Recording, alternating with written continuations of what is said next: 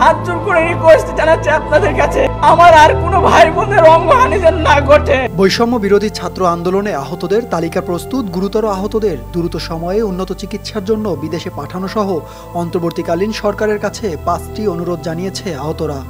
আর আমরা মেনে নিতে পারতেছি না, আমরা বেডে শুয়ে কাতরাচ্ছি। বুধবার রাজধানীর জাতীয় অর্থোপেডিক হাসপাতালে সংবাদ সম্মেলনে আহতদের পক্ষে এ অনুরোধ জানান তিতুমির কলেজের শিক্ষার্থী মোহাম্মদ সালমান হোসেন। এ সময় তারা তাদের অনিশ্চিত ভবিষ্যতের আশঙ্কা তুলে ধরে সরকারকে দ্রুত পদক্ষেপ নেওয়ার কথা বলেন। 250টিরও বেশি ডিজাইন অপশন নিয়ে ওয়ালটন স্মার্ট ফ্রিজ, বোঝে আপনার প্রয়োজন। বৈষম্য বিরোধী ছাত্র আন্দোলনে সকল নিহতদের সুষ্ঠু তদন্ত সাপেক্ষে পূর্ণাঙ্গ তালিকা প্রকাশ করে তাদের শহীদের মর্যাদা দিতে হবে এবং সকল নিহতদের পরিবারকে এককালীন ক্ষতিপূরণ বাবদ 1 কোটি টাকা প্রদান করতে হবে। সুষ্ঠু তদন্ত সাপেক্ষে খুব দ্রুত সময়ের মধ্যে সকল আহতদের পূর্ণাঙ্গ তালিকা প্রকাশ করতে হবে এবং তাদের রাষ্ট্রীয়ভাবে সম্মান দিতে হবে।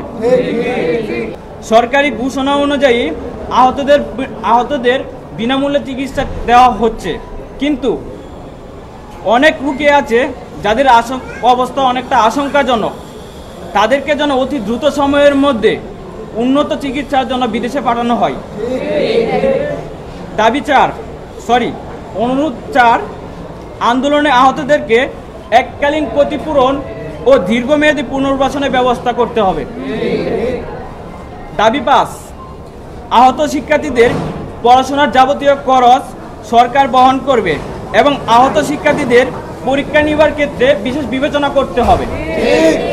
জাতীয় অর্থোপেডিক হাসপাতালে এখনও প্রায় 100 জন চিকিৎসাধীন।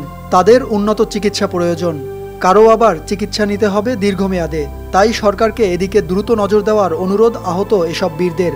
এছাড়া বৈষম্য বিরোধী ছাত্র আন্দোলনে নিহতদের পূর্ণাঙ্গ তালিকা প্রকাশ করে তাদের শহীদের মর্যাদা দেওয়ার অনুরোধ জানানো হয়। সাকিব হাওলাদার, RTV।